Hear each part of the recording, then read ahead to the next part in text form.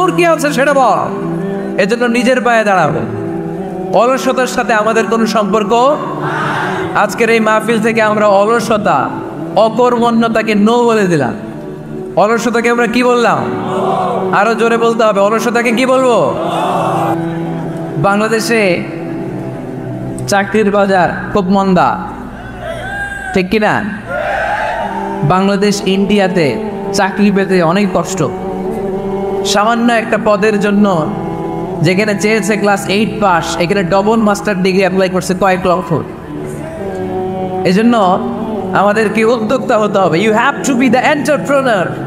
আমাদের উদ্যোক্তা দরকার, বেশি বেশি নতুন নতুন উদ্যোক্তা। নিজেই এমন আইডিয়া নিয়ে আসবে যেই আইডিয়া বিক্রি করে দুর্দান্ত আইডিয়া দিয়ে তুমি পুরো দেশ কাঁপিয়ে দিতে পারা যাবে না লক্ষ্মীপুরের ছেলেরা? আইডিয়ার অনেক দাম। You have to generate new ideas. নতুন নতুন আইডিয়া এনে মানুষ গোটা বিশ্বকে তাক লাগিয়ে দিচ্ছে। এরপরে কত কিছু বানাচ্ছে ছেলেপেলেরা, আমি তো এগুলো দেখে অবাক।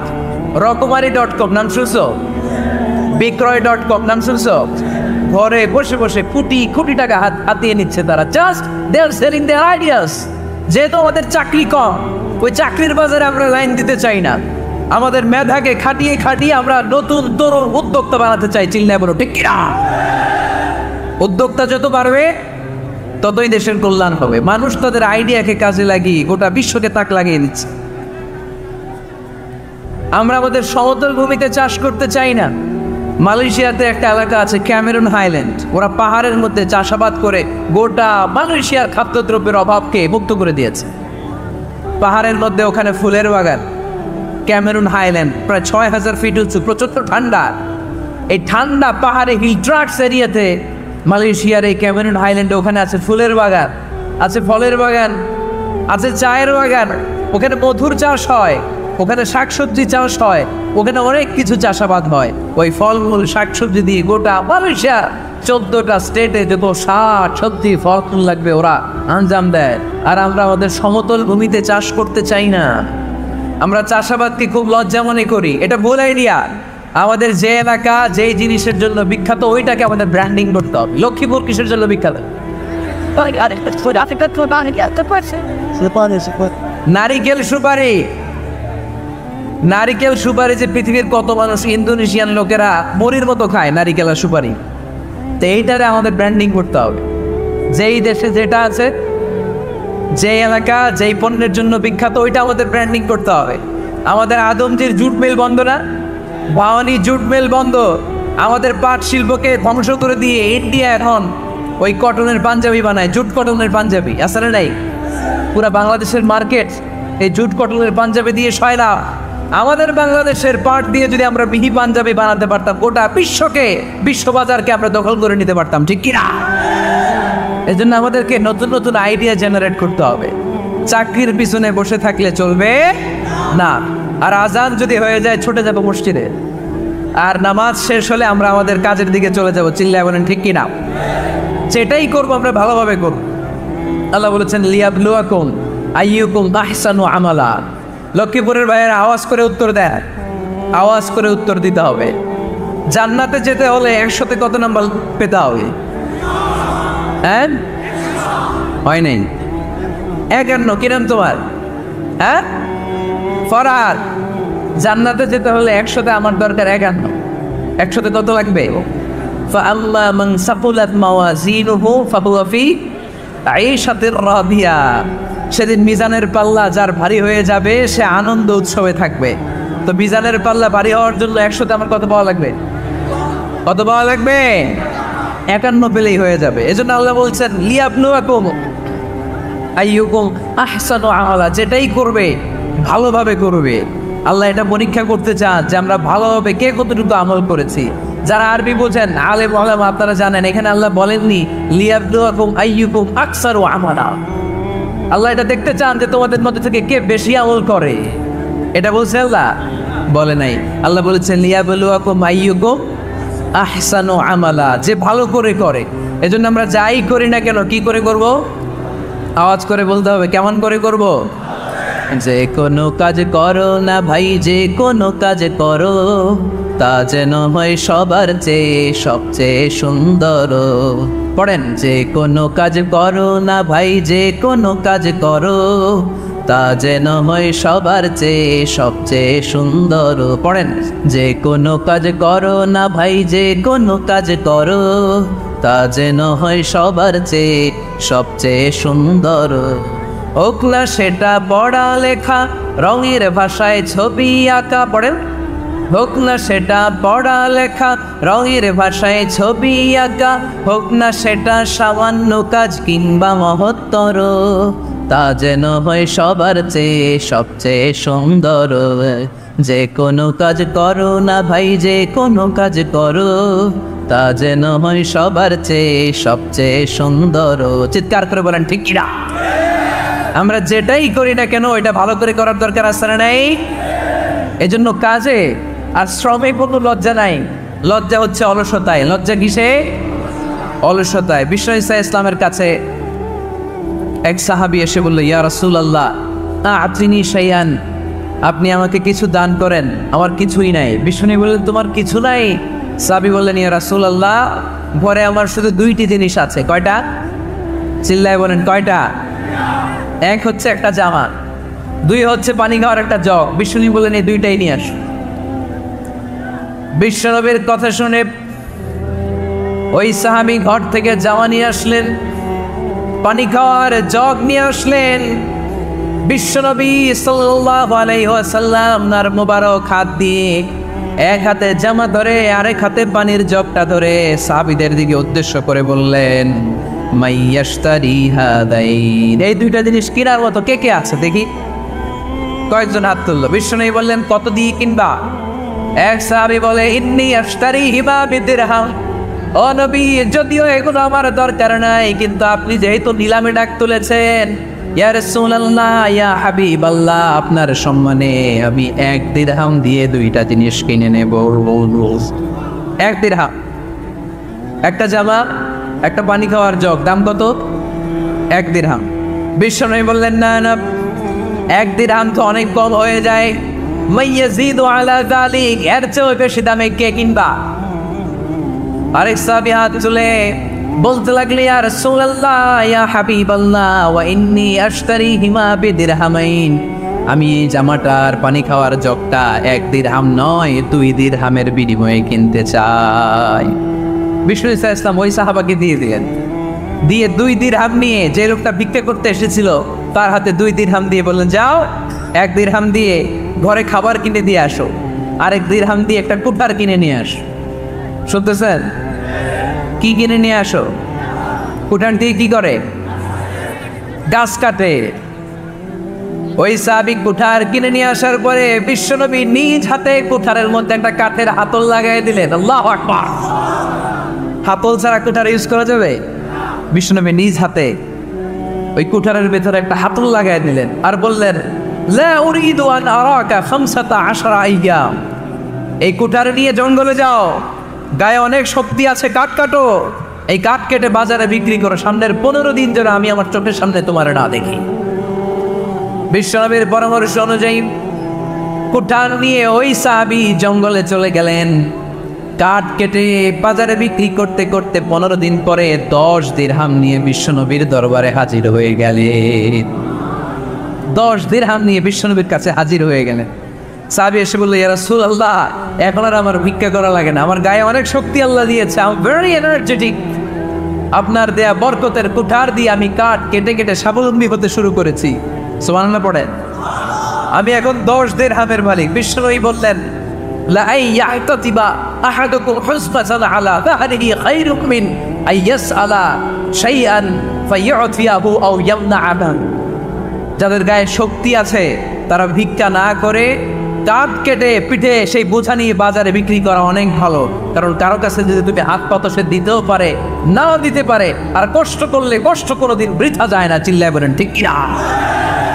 বিশ্ব ইসলামের অনুপ্রেরণায় এই সাহাবা অল্প কিছু দিনের ব্যবধানে স্বাবলম্বী হয়ে গেলেন। What is the moral of the story? বিশ্বনবীর এই প্রফিটিক স্টোরি থেকে আমাদের কি শিক্ষা? লেসন নাম্বার 1, বিশ্বনবী চাইলেই ওই 2 দিরহাম দিয়ে বলতে পারতো, যাও খাবার দাবার কিনে ফ্যামিলিতে দিয়ে আসো। সে ওই 2 দিরহাম নিয়ে খাবার দাবার কিনে ফ্যামিলিকে খাইয়ে রাত্রে আবার ভিক্ষায় নামত। কথা কন। রাত্রে কি করতো? ভিক্ষায় নামতো। বিষ্ণু ঈসা ইসলাম তাকে কাজ করে খাওয়ার জন্য উৎসাহ দিলেন।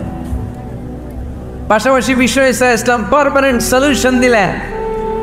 এজন্য পার্মানেন্ট সলিউশনের ব্যবস্থা করতে হবে। অনেকে আমরা জাকাত দেই, জাকাতের শাড়ি দেই, জাকাতের লুঙ্গি দেই, আছে না নেই? লক্ষ্মীপুরে এরকম দেয় নাকি? কি দেয়? হ্যাঁ, গাড়ি গাড়ি দেয়, শাড়ি না। জাকাতের শাড়ি, জাকাতের লুঙ্গি বলতে কোনো কথা ইসলামে নেই। এগুলো খুব কম দামি শাড়ি, যাদেরকে এগুলো দেওয়া হয় তাদেরকে অপমান করা হয়, ঠিক কি না? আল্লাহ বলেছেন, ওয়ালাকাদ কাররামনা বানি আদম, I have dignified the status of the sons of Adam. আমি আদমের সব সন্তানদেরকে সম্মানিত করেছি। সুবহানাল্লাহ পড়েন। আপনাদের চেয়ে সম্মানিত কেউ আছে? মানুষের চেয়ে সম্মানিত গোটা বিশ্বে আর কোনো মাখলুকাত আছে? নাই। এজন্য জাকাতের শাড়ি দেওয়া যাবে না, জাকাতের লুঙ্গি দেওয়া যাবে না। জাকাতের শাড়ি আপনারা দেখছেন? এটারে একবার ধোয়ার পরে দ্বিতীয়বার পরা যায় না। মশারি কি পাতলা, এর চেয়েও পাতলা। এই জন্য জাকাতের শাড়ি, জাকাতের লুঙ্গি বলতে ইসলামে কোনো পরিভাষা নেই। আপনাকে স্বাবলম্বী করে দেওয়ার চেষ্টা করতে হবে। যারা লক্ষ্মীপুর জেলায় বিজনেস ম্যাগনেট আছেন, তারা একসাথে হয়ে একটা স্ট্রং জাকাত ম্যানেজমেন্ট প্ল্যাটফর্ম করতে পারে, যেখান থেকে আপনারা বিভিন্ন থানায়, বিভিন্ন গ্রামে বাছাই করে করে কিছু ভাইদেরকে জাকাত দিতে পারেন স্বাবলম্বী করার উদ্দেশ্যে। যেই ফ্যামিলিকে আছে, কি নাম এটার? পল্লী উন্নয়ন ক্লাব। লোক পাঠাই, তারপর বড় কিনে দিই। মাশাআল্লাহ, জাকাত ফান্ড দিয়ে বিদেশে লোক পাঠায়। এর চেয়ে সুন্দর পদ্ধতিতে জাকাত বিতরণ আর হতে পারে? যেই লোকটাকে, যেই ছেলেটাকে বিদেশে পাঠানো হয়েছে, ওই ফ্যামিলিটা আর কোনোদিন জাকাতের শাড়ি নেওয়ার জন্য লাইনে দাঁড়াবে? যেই ছেলেটাকে ওনারা অস্ট্রেলিয়ান গাভিং এনে দিছে, দুধ বিক্রি করে যেই ফ্যামিলিটা স্বাবলম্বী হতে শুরু করেছে, তারা আর কোনোদিন জাকাতের লাইনে যেয়ে দাঁড়াবে না। এজন্য জাকাত দিতে হবে স্বাবলম্বী করার জন্য। ইসলাম আমাদেরকে এটাই শিখিয়েছে, কাজ করে খেতে হয়। কাজে লজ্জা নেই, লজ্জা হচ্ছে অলসতায়। লজ্জা কিসে? আজকের আলোচনা থেকে এটা মুখস্থ করে নিতে হবে। কাজে লজ্জা নেই। লক্ষ্মীপুরের ইয়াংস্টারেরা শ্রমে লজ্জা নেই, পরিশ্রমে লজ্জা নেই, লজ্জা অলসতায়। লজ্জা কিসে? আরো জোরে। নবীরা কি এমনি এমনি বসে বসে খাইছে? কঠিন পরিস্থিতিতেও নবীরা পরিশ্রম করে উপার্জন করা লেগেছে, ঠিক কিনা? সাইয়েদনা মারিয়াম আলাইহিস সালাম, যার নামে আল্লাহ তাআলা কোরআনে একটা সূরা দিলেন, উনি পৃথিবীতে এমন একজন মহিয়সী নারী, যেই নারীর গর্ভে, যেই নারীর পেটের ভেতরে স্বামীর স্পর্শ ছাড়া সন্তান দিয়েছে কে? সাইয়েদনা ঈসা আলাইহিস সালাম পেটে আসলেন। মারিয়াম আলাইহিস সালাম লজ্জা পেলেন। আয় আয়, কেমন করে এলাকাবাসীদের কাছে আমি আমার মুখ দেখাবো? বিয়ে করি নাই, স্বামী নাই, বিয়ে হয় নাই, স্বামী নাই, কিন্তু পেটে সন্তান চলে এসেছে। হায় হায়, এলাকায় কেমনি মুখ দেখাবো? লজ্জায় পড়ে মারিয়াম আলাইহিস সালাম এলাকা থেকে চলে গেলেন। কি অবাক করা কাণ্ড! বাচ্চা ভূমিষ্ঠ হওয়ার জন্য, বড় হওয়ার জন্য 6 মাস 7 মাস লাগে নাই। পেটে বাচ্চা আসার সাথে সাথে বাচ্চাটারে বড় করে দিয়েছে কে? সাইয়েদাতুনা মারিয়াম আলাইহিস সালাম আবার বসে পড়লেন, বুঝতে আরম্ভ করলেন প্রেগন্যান্সির পেইন উঠেছে। হঠাৎ করে পেট থেকে বাচ্চা ভূমিষ্ঠ হয়ে যাওয়ার পরে উনি কাঁপতে আরম্ভ করলেন। ক্ষুধার চোটে খাবার কিছু নাই, সামনে ঝর্ণা, উপরে একটা খেজুর গাছ। সাইয়েদনা ঈসা আলাইহিস সালামকে কোলে নিয়ে মারিয়াম আলাইহিস সালাম মনে মনে ভাবে, হায় রে, কেউ যদি একটু খেজুর পেড়ে দিত, এই ক্ষুধার মুহূর্তে আমি খেজুর খেয়ে পেটের ক্ষুধা নিবারণ করতাম। রব্বুল আলামিন মারিয়ামকে উদ্দেশ্য করে আয়াত নাযিল করে দিলেন, ওয়া হুজ্জি ইলাইকি বিজিদঈন নাখলাতি তুসাকিত আলাইকি রাতাবান জানিয়া। কোরআন সাক্ষী, হুজ্জি ইলাইকি বিজিদঈন নাখলা, এর মানে হচ্ছে মারিয়াম, কেউ পেড়ে দিবে না, একটু কষ্ট করে হাতটা উঁচু করে খেজুরের ডালা ধরে ঝাঁকুনি মারো, টস টসে কাঁচা পাকা খেজুর নিচের দিকে পড়বে, তারপর তুমি তুলে খাবে। সুবহানাল্লাহ পড়ে। আল্লাহ চাইলে অটোমেটিক্যালি কারামাত হিসেবে খেজুরগুলো নিচে ফেলতে পারতেন না? কথা কন, খেজুরগুলো অটোমেটিক্যালি নিচের দিকে পড়ছে? পরে নেই। আল্লাহ শিক্ষা দিয়েছে, যেই পরিস্থিতিতে থাকো না কেন, তোমাকে শ্রম ব্যয় করে, কষ্ট করে তোমার উপার্জন করতে হবে, রিজিকের বন্দোবস্ত করতে হবে। চিল্লায় বলেন ঠিক কিনা? ইসলাম আমাদেরকে এটাই শিখিয়েছে, কাজে লজ্জা নেই।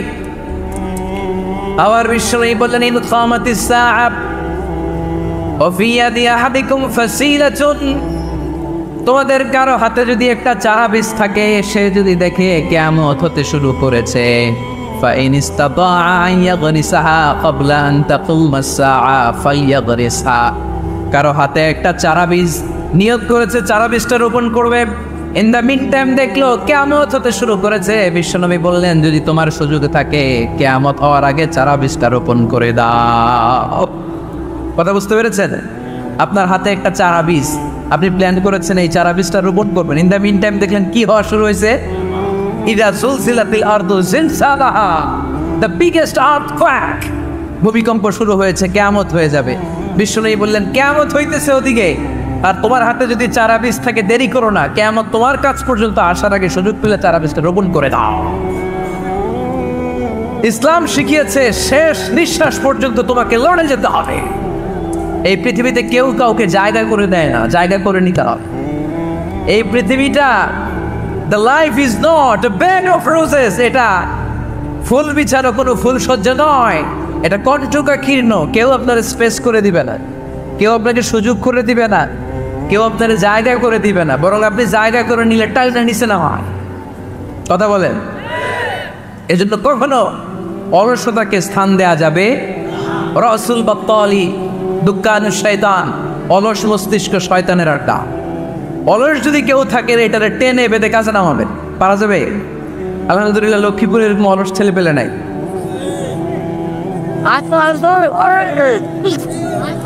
আছে? আমরা আজকে অলসতাকে নো বলে যাবো এই মাহফিল থেকে। অলসতাকে আমরা কি বলবো? আওয়াজ করে বলতে হবে। অলসতাকে কি বলবো আমরা? মুমিনের জীবনে কোনো অলসতা নাই। অলস হয় মুনাফিকরা। অলস হয় কারা? চিল্লায় বলতে হবে। মুমিনরা অলস হয়? অলস হয় কারা? এজন্য কোরআনে আল্লাহ একথাও বলে দিলেন, ওয়াইদা কামু ইলাস সালাতি কামু কুসালা ইউরাউনান নাসা ওয়ালা ইয়াযকুরুনাল্লাহা ইল্লা কালিলা। সুবহানাল্লাহ পড়েন। মুনাফিকরা যখন মানুষকে দেখানোর জন্য নামাজে যায়, ওই নামাজে তাদের ইখলাস নাই, ওই নামাজের ভেতরে তাদের কোনো খুশু খুদু নাই, ওই নামাজের ভেতরে আছে শুধু অলসতা। ওই নামাজে কি আছে? কিন্তু আমরা যখন নামাজে যাই আমাদের অলসতা আছে? আমরা নামাজ পড়লে আমাদের হৃদয়টারে সজীব করে দেয় কে? আমরা উযু করলে আমাদের মনটাকে চাঙ্গা করে দেয় কে? আমরা মসজিদে ঢুকলে হৃদয়টাকে প্রাণবন্ত করে দেয় কে? মুমিন তো নামাজে গেলে চাঙ্গা হয়, মুমিন উযু করলে চাঙ্গা হয়। বিষ্ণু ইসা ইসলাম বললেন, ইয়াকিদু শাইতানু আলা কাফিয়াতি রাসি আহাদিকুম ইদা নাম। খেয়াল করে শুনবেন লক্ষ্মীপুরের ভাইয়েরা, চমৎকার একটা হাদিস। আমরা যখন ঘুমোতে যাই, শয়তান আমাদের প্রত্যেকের মাথার পিছনে 3টা অলসতার গিট মারে। কয়টা? আওয়াজ করে বলেন। 3টা অলসতার গিট মারে। ইয়াকিদু শাইতানু আলা কাফিয়াতি রাসি আহাদিকুম সালাসা হুকা। 3টা গিট মারে যখন আমরা ঘুমোতে যাই। অলসতার 3টা গিট মেরে আমাদের কানের সামনে এসে ফিসফিস করে মন্ত্র পড়তে থাকে, আলাইসা লাইলুন তাবিলুন ফারকুদ, আলাইসা লাইলুল তাবিলুন ফারকুদ। বিশাল লম্বা রাত, ঘুমাও। অনেক সময় হচ্ছে ঘুমাও, রাত 5টা বেজে যাচ্ছে, তাহাজ্জুদের সময় শেষ হয়ে যাচ্ছে, তখনও শয়তান বলে রাত অনেক লম্বা, ঘুমাও। ফজরের সময় পার হয়ে যাচ্ছে, সূর্য উঠে যাচ্ছে, শয়তান বলে আলাইসা লাইলুন তাবিলুন ফারকুদ, এখনো অনেক সময় আছে, লম্বা লম্বা লম্বা চৌড়া রাত পড়ে আছে, তুমি ঘুমাও। বিশ্বনবী বললেন, ফাইন ইস্তাইকাযা ওয়া যাকারাল্লাহ ইনহাল্লাত উকদা। আমার উম্মতের কেউ যখন ঘুম থেকে জেগে ঘুম থেকে ওঠার দোয়া পড়া শুরু করে দেয়, অলসতার প্রথম গিটটা সাথে সাথে খুলে দেয় কে? আপনি ঘুম থেকে উঠেই যখন ঘুম থেকে ওঠার দোয়া পড়বেন, আপনার অলসতার প্রথম গিট খুলে দেয় কে? ঘুম থেকে ওঠার দোয়াটা কি? আলহামদুলিল্লাহিল্লাযী আহইয়ানা বা'দা মা আমাতানা ওয়া ইলাইহির নুশুর। প্রশংসা সে আল্লাহ, যে আল্লাহ আমাদেরকে লম্বা একটা ঘুম শেষে, মৃত্যু শেষে আমাদেরকে ঘুম থেকে উঠালেন। এই দোয়াটা পড়ার সাথে সাথে শয়তান যে 3টা গিট মারছে, ওই 3টার একটা খুলে দেয় কে? ফাইন তাওয়াদ্দা ইনহাল্লাত উকদা। ঘুম থেকে জেগে ঘুমের দোয়া পড়ার পরে যখন কেউ ওযু করে ফেলে অলসতার দ্বিতীয় গিটটাও বলে দেয় কে? ওযু করার পরে ফাইন সাল্লাতিন হাল্লাত উকদা, আমাদের মুসল্লায় দাঁড়িয়ে যখন নামাজ শুরু করে দেয় অলসতার 3 নাম্বার গিটটাও খুলে দেয় কে? 3টা গিট যখন খুলে দেয় বিষ্ণু ইসলাম বললেন ফাসবাহা নাশীতাল কলব, নাশীত, তখন মুমিন বান্দা সজীব হয়ে ওঠে, প্রাণবন্ত হয়ে ওঠে, উচ্ছ্বসিত হয়ে ওঠে। ওয়া ইল্লা খাবিসান নাফসি কাসলান, আর যদি ঘুমিয়ে থাকে 3টা গিট তার মাথার পেছনে শয়তানের অলসতার লেগে থাকে, তাহলে তার দিনটা শুরু হয় অলসতা দিয়ে, আর সে হয় অলসতার রাজা। চিল্লায় এখন ঠিক কিনা? এজন্য আমরা একটু অলস হতে চাই না কর্মঠ হতে চাই? কোন নবীরা কি অলস ছিলেন? পৃথিবীতে কোন নবী অলস ছিলেন? সব নবী কর্মঠ ছিলেন। বিষ্ণু ইসলাম বললেন মা বাআসাল্লাহু নাবিয়্যান ইল্লা রাআল গানাম, এই পৃথিবীতে এমন কোন নবী নাই যেই নবী বকরি চড়ায় নাই। কি চড়ায় নাই? বকরিরে আপনারা লক্ষ্মীপুরের ভাষায় কি বলেন? কি বলেন? ছাগল। তো পৃথিবীতে এমন কোন নবী নাই যেই নবী কি চড়ায় নাই? ছাগল চড়ায় নাই। সাহাবারা বললেন ইয়া রাসূলুল্লাহ আনতা কাযালিক, আপনিও ছাগল চড়াইছেন? বিষ্ণু ইসলাম বললেন না, আমিও ছাগল চড়িয়েছি। ওয়া ইন্নী আরাআহা আলা কারারাইতি আহলি মক্কা, আমি তো মক্কাবাসীদের অল্প কিছু পয়সার বিনিময়ে তাদের ছাগলগুলোকে চড়িয়ে দিতাম। সুবহানাল্লাহ পড়বেন না? বিষ্ণু ইসলাম ছাগল চড়াতে। ছাগল চড়ানো সহজ কাজ না কঠিন কাজ? কেন কঠিন এটা? হ্যাঁ, টেরা খুঁটি মারে। হ্যাঁ, কি করে? বসে থাকতে হয়। তো ছাগল যারা পালে তারা জানে ছাগল পালা কত কষ্ট। ওরে ডানে টান দিলেও কই যায়? রশি ধরে বায়ে টান দিলে কই যায়? সামনে টানলে কই যায়? পিছনে টানলে কই যায়? সারা সপ্তাহ আপনি সময় পান না এটারে গোসল করাবেন। ভাবলেন আজকে জুমার দিন আমিও গোসল করে এটারে গোসল করাই। এটারে আপনি পুকুর ঘাটে নিবেন, টান দিয়েছেন, ওর বাপের কিরা ও 1 ইঞ্চিও সামনে যাবেন। ঠিক কি না? এই টেরা প্রাণী আল্লাহর কি মহিমা! আল্লাহ তাআলা পৃথিবীর সবচেয়ে শ্রেষ্ঠতম মানুষদেরকে ছাগল চড়িয়ে ছেড়েছেন। ঠিক কিনা? এই পৃথিবীতে এমন কোন নবী ছিল না যে নবীরা ছাগল চড়ায় নাই। আল্লাহ বোঝাতে চাইলেন ছাগল চড়ানো অনেক কষ্টের কাজ, অনেক ধৈর্যের প্রয়োজন। এখন নবীরা তোমরা ছাগল চড়াও, কিছুদিন পর ছাগলের চেয়েও টেরা জাতি মানুষ চড়াইতো। মানুষের মধ্যেও টেরা আছে না নেই?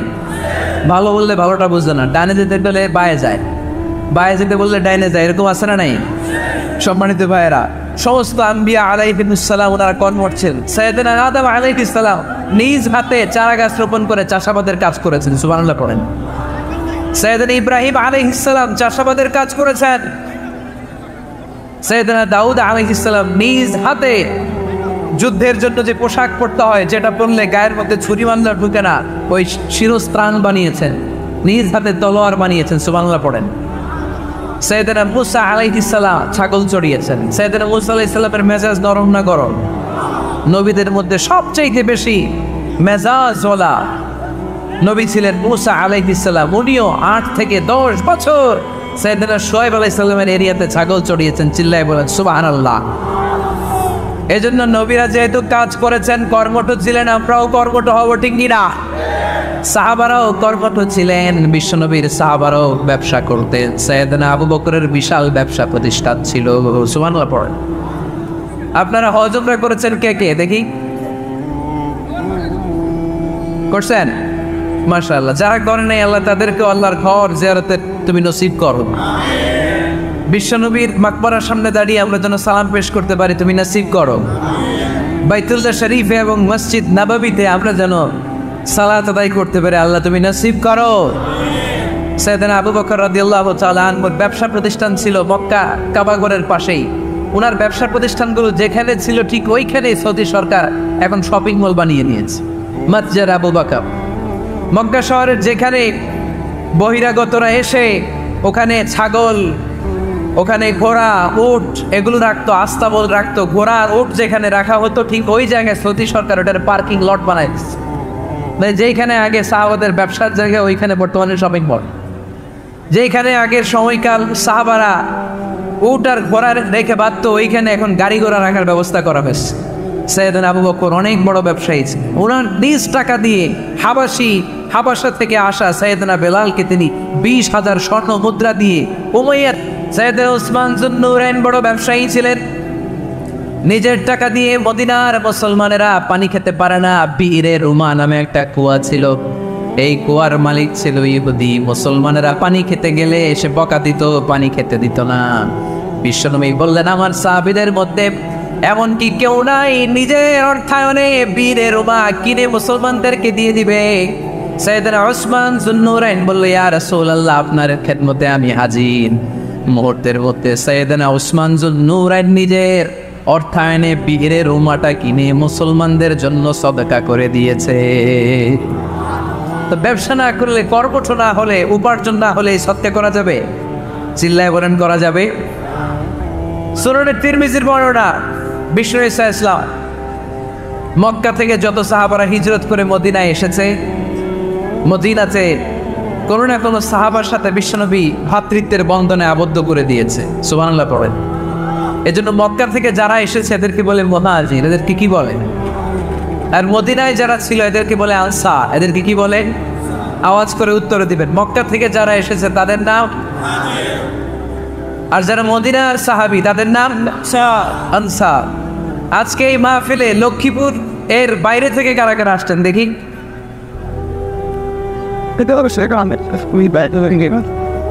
মাশাআল্লাহ, অনেক আসছে। আল্লাহ ভাইদেরকে তুমি কবুল করো, হাত নামান। এই যে লক্ষ্মীপুরের বাইরে থেকে যে ভাইরা আসছে তারা লক্ষ্মীপুরের মেহমান, ঠিক কিনা? মক্কা থেকে হিজরত করে যে সমস্ত সাহাবারা এসেছিল তারা ছিল মদিনার মেহমান। বিশ্বনবী এক এক মক্কার সাহাবীকে মদিনার এক এক সাহাবীর সাথে ভ্রাতৃত্বের বন্ধনে আবদ্ধ করে দেন। আব্দুর রহমান ইবনে আউফ রাদিয়াল্লাহু তাআলা আনহু, ওনার সাথে ভ্রাতৃত্বের বন্ধনে যে সাহাবীকে বিশ্বনবী আবদ্ধ করে দিলেন ওনার নাম হচ্ছে সাআদ ইবনে রাবিয়া। কি নাম? মদিনার অনেক বড় ব্যবসায়ী। বিশ্বনবী বললেন, আব্দুর রহমান ইবনে আউফ, সম্পদ ছেড়ে দিয়ে, পরিবার ছেড়ে দিয়ে, স্থাবর অস্থাবর সব ছেড়ে দিয়ে আল্লাহ রাসূলের ভালোবাসায় মক্কা থেকে মদিনায় এসেছো। মদিনায় তোমার চিন্তা নাই, সাদ ইবনে রবিকে আমি তোমার ভাই বানিয়ে দিলাম। সাদ ইবনে রবি তোমার আপনার ভাইয়ের মতো। সাদ ইবনে রবি বলল, আব্দুর রহমান জীবনে তোমারে কোনোদিন দেখি নাই, তোমারে আমি চিনি না, তোমার নাম শুনি নাই, কিন্তু বিশ্বনবী তো তোমার দায়িত্ব আমাকে দিয়েছে। আমার যে বড় ধনী মদিনার মধ্যে দ্বিতীয় কেউ নাই। আজ থেকে তুমি আমার ভাই, আজ থেকে তুমি আমার কি? আল্লাহ আমাকে যত সম্পত্তি দান করেছে তার অর্ধেক সম্পত্তি আমি তোমার নামে দিয়ে দিলাম। ও আব্দুর রহমান ইবনে আউফ, শুধু তাই নয়, রব্বুল আলামিন আমাকে 2 জন স্ত্রী দিয়েছে। কয়জন? তুমি দেখো আমার কোন স্ত্রীকে তোমার বেশি ভালো লাগে, যার নাম তুমি বলবে সাথে সাথে আমি তারে তালাক দিয়ে দিব। তার ইদ্দত পালন শেষে তুমি তাকে বিয়ে করে তোমার সাথে নিয়ে যাবা। সুবহানাল্লাহ। বিশ্বনবী তোমার দায়িত্ব আমার কাছে দিয়েছে, তুমি আমার ভাই, আমি মদিনার সবচেয়ে বড় ধনী, আমার অর্ধেক সম্পদ আমি তোমারে দিয়ে দিই। আমার 2 স্ত্রীর এক স্ত্রীকে তোমারে দিয়ে দিব। সাইয়েদনা আব্দুর রহমান ইবনে আউফ এই কথা শুনে অবাক হলেন। অবাক হয়ে উনিও এক অবাক কথা বললেন। উনি বললেন, লা হাজাতা লি ফি ইয়া আখি, ও আমার প্রাণের ভাই, তোমার কথা শুনে আমার হৃদয়টা ভরে গিয়েছে, কিন্তু তোমার সম্পদেরও দরকার আমার নাই, তোমার স্ত্রীরও দরকার আমার নাই। বারাকাল্লাহু ফি মালিক ওয়া লি আহলিক, আল্লাহ তোমার মালেও বরকত দেখ, তোমার সম্পদেও বরকত দেখ। তুমি শুধু একটু কষ্ট করবা। কি কষ্ট? দুল্লানি আলা সুক, show me the way to market.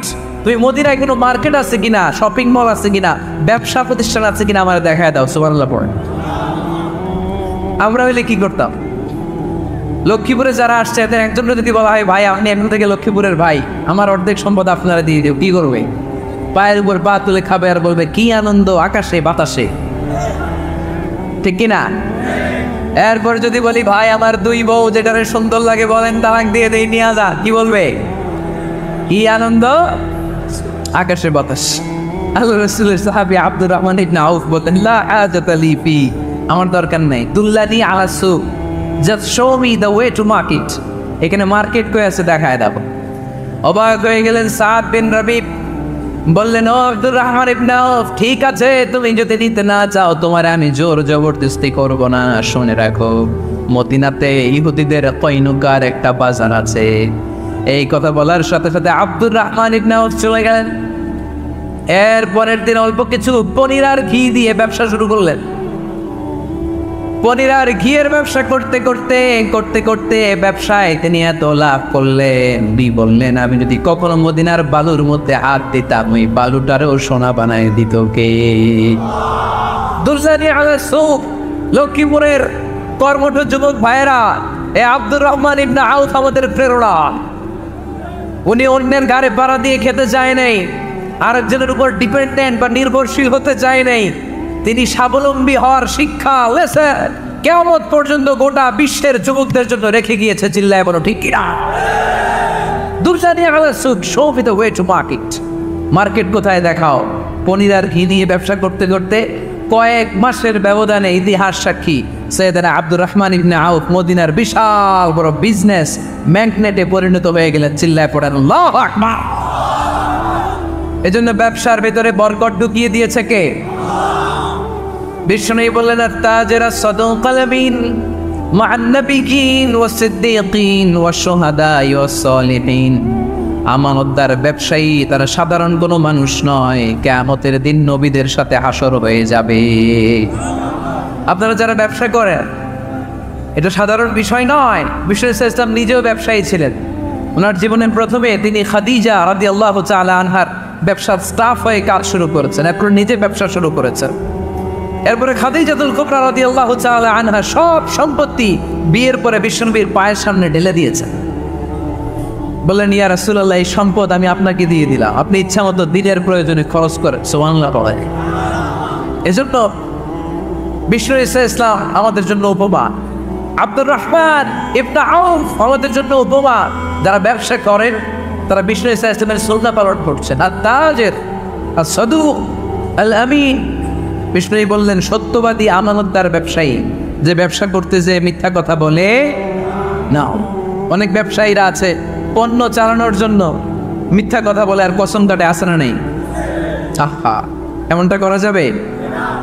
সকালবেলা স্ত্রীরে বলে, এই গরুগুলা বিক্রি করবো, তুই একটা দাম কত কমো? স্ত্রীরে শিখাই দিচ্ছে এই গরুর দাম তুই 40,000। তো বউ বলে, ঠিক আছে, দাম পেলাম 40,000।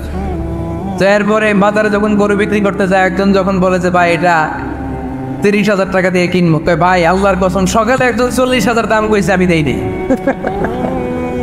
আছে না নাই? কৌশল করেন। বউরে শিখাইছে সকালে, তুই দাম কর 40,000। তো বাজারে যে সকালে একজন দাম করছে, দাম করে কইছে 40,000 দেই নাই, আপনারা 30,000 কেমনে দেই? এরকম ডাকাইত আছে না নেই? আলহামদুলিল্লাহ, লক্ষ্মীপুরে এরকম লোকজন নাই। আরে নাই, আমি কই নাই, এরা কই আছে। লক্ষ্মীপুরের মানুষ খুব ধার্মিক, আমি জানি। লক্ষ্মীপুর, নোয়াখালী, ফেনী এই বেল্টের লোকজন খুব আল্লাহওয়ালা। এদের মধ্যে আল্লাহওয়ালার সংখ্যা বেশি, এখানে আলেম ওলামা বেশি, এখানে মসজিদ মাদ্রাসা বেশি। এই জন্য এই জেলাগুলোতে আল্লাহর রহমতও বেশি। আল্লাহ, তুমি এই জেলার ছেলেপেলেদেরকে, এই জেলার লোকদেরকে তুমি কবুল করো, মা বোনদেরকে তুমি কবুল করো। সম্মানিত ভাইয়েরা, এজন্য আজকের মাহফিল থেকে আমরা যেটা শিখলাম সেটা হচ্ছে পরিশ্রমে কোনো লজ্জা আছে? আমরা কাজ করে খাও, ঠিক কিনা? Never under estimate any job. যুবক ভাইয়েরা, লক্ষ্মীপুরের যুবক ছেলেরা, শুনতেছ? এরকম আওয়াজ করতে হবে, কান খাড়া করে শোন। Never under estimate any job. কোনো চাকরিকে ছোট করে দেখা যাবে, whether it's small or big, you don't care. এটাতে কেয়ার করা যাবে না। ছোট্ট চাকরি পাইলেই ঢুকে যাবা, বড় অফার আসলে পরে ঢুকবা। এটা ছোট কাজ, এটা হোটেলের ওয়েটার, এটা ছোট্ট স্টাফ, এটা কেরানি না। কাজ কাজই, কাজের মধ্যে কোনো ছোট বড় নাই। খেটে খাওয়া মানুষকে বিশ্বনবী অনেক সম্মান করতেন। বিষ্ণু ইসলাম খেটে খাওয়া মানুষদেরকে এত ভালোবাসতেন, বিদায় হজের মতো এত গুরুত্বপূর্ণ ভাষণও এই মেহনতি মানুষদের কথা বাদ যায়। সুবহানাল্লাহ বলবেন না? দিনটা ছিল জুমাবার। বিষ্ণু ইসলাম আরাফাতের ময়দানে দাঁড়িয়ে ঐতিহাসিক একটা ভাষণ দিলেন। এই ভাষণের নাম হলো বিদায় হজের ভাষণ। এই বিদায় হজের ভাষণেও খেটে খাওয়া মানুষের কথা বিশ্বনবী বাদ দেয় না। বিশ্বনবী বলেছেন, আরে খবরদার, অধীনস্থ কর্মচারীদের সাথে খারাপ আচরণ করো না। আতইমুহুম মিম্মা তাকুলুন ওয়াকসুহুম মিম্মা তালবিসুন। খবরদার, মনে রেখো, তোমরা যা খাবে তোমাদের অধীনস্থ কর্মচারীদেরও তা খাওয়াবে, তোমরা যা পড়বে তাদেরও তা পড়াবে। বিশ্বনবী শেষ নিঃশ্বাস ত্যাগ করে যাওয়ার আগে যেই কয়েকটা কথা বলেছিলেন তার মধ্যে মেহনতি মানুষদের জন্য কথা আছে। বিশ্ব ইসলাম যখন শেষ নিঃশ্বাস ত্যাগ করবেন তিনি বলেছিলেন, আসসালাত উম্মতেরা, নামাজ নামাজ নামাজ ছেড়ে দিও না, নামাজ তরক করো না, নামাজ কাজা করো না। আর বলেছিলেন, ওমা মালাকাত আইমানুকুম, অধীনস্থ কর্মচারীদের সাথে খবরদার খারাপ আচরণ করো না।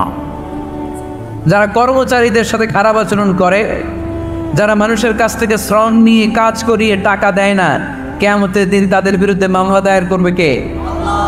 কে করবে? হাদিসে কুদসি সাক্ষী বিষ্ণু ইসলাম বলেন, আল্লাহ তাআলা ফরমান, আনা খাসমুহুম সালাসাতুন আনা খাসমুহুম ইয়াউমাল কিয়ামা।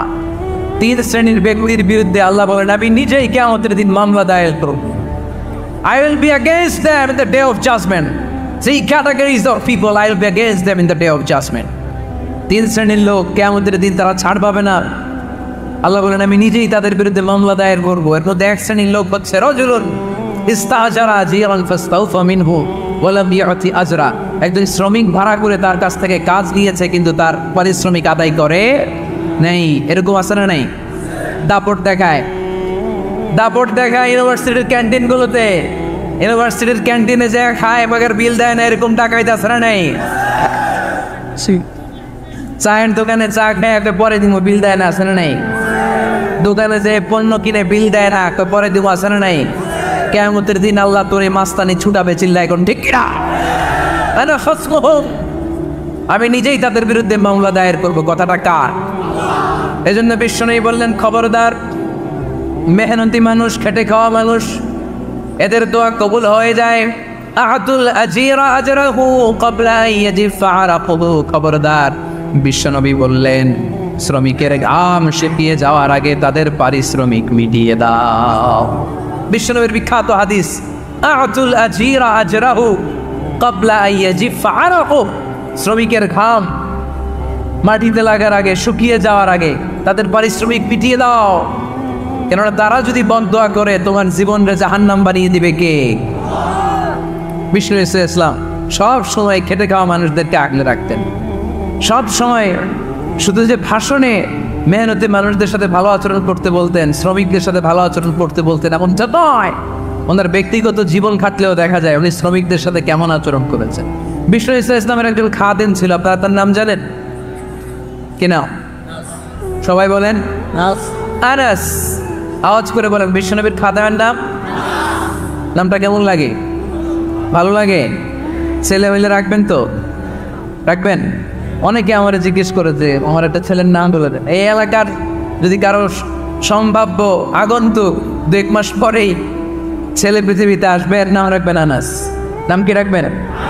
খাদিম রাসূলিল্লাহ, আল্লাহ রাসূল সাল্লাল্লাহু আলাইহি ওয়াসাল্লামের খাদেম। এই খাদেমের কাছ থেকে একটু শোনেন ওনার মালিক কেমন ছিল। শুনবেন নাকি কষ্ট হচ্ছে? সম্মানিত ভাইয়েরা, খেয়াল রাখবেন, কোনো পীর সাহেবের ব্যাপারে যদি আপনি রিপোর্ট চান, পীর সাহেবের বউয়ের কাছ থেকে শুনবেন। কথা কয় না? বোঝে নাই বোধ হয়। একজন পীর সাহেব হুজুর উনি কেমন, রিপোর্ট নেবেন কার কাছ থেকে? কার কাছ থেকে?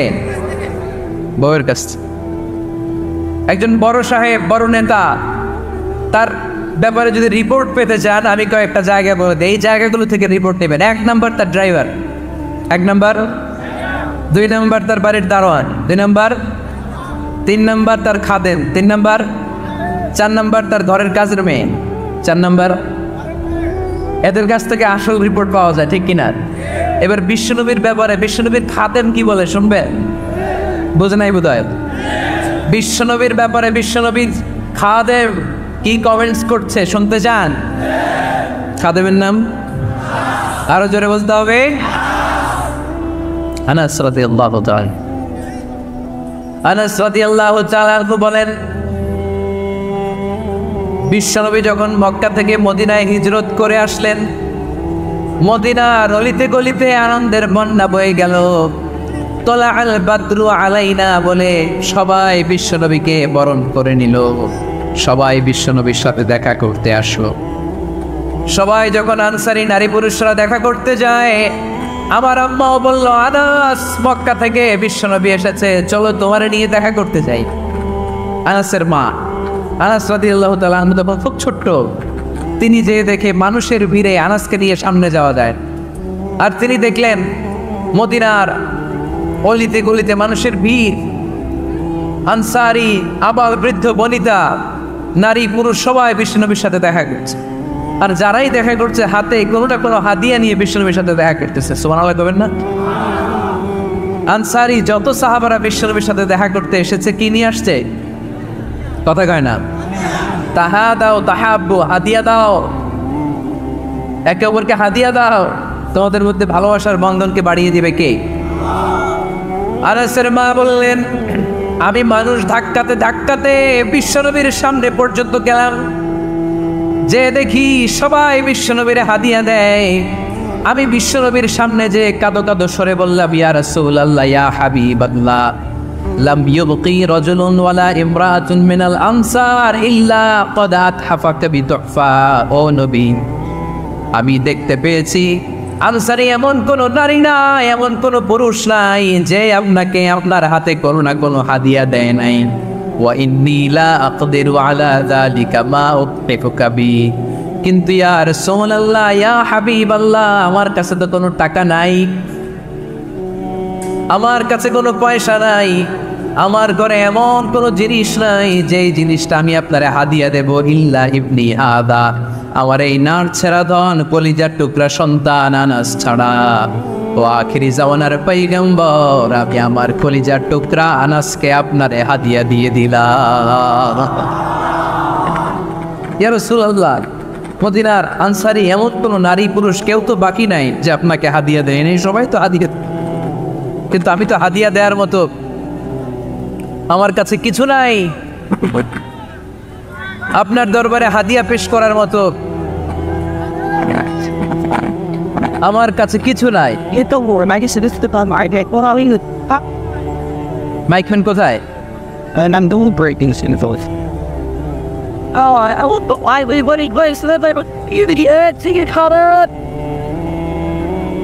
কোথায় মাইকম্যান? কি সমস্যা?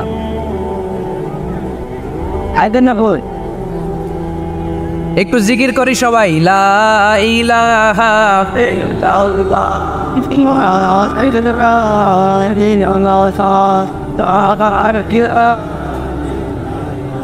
লা ইলাহা ইল্লাল্লাহ মুহাম্মাদুর রাসূলুল্লাহ সাল্লাল্লাহু।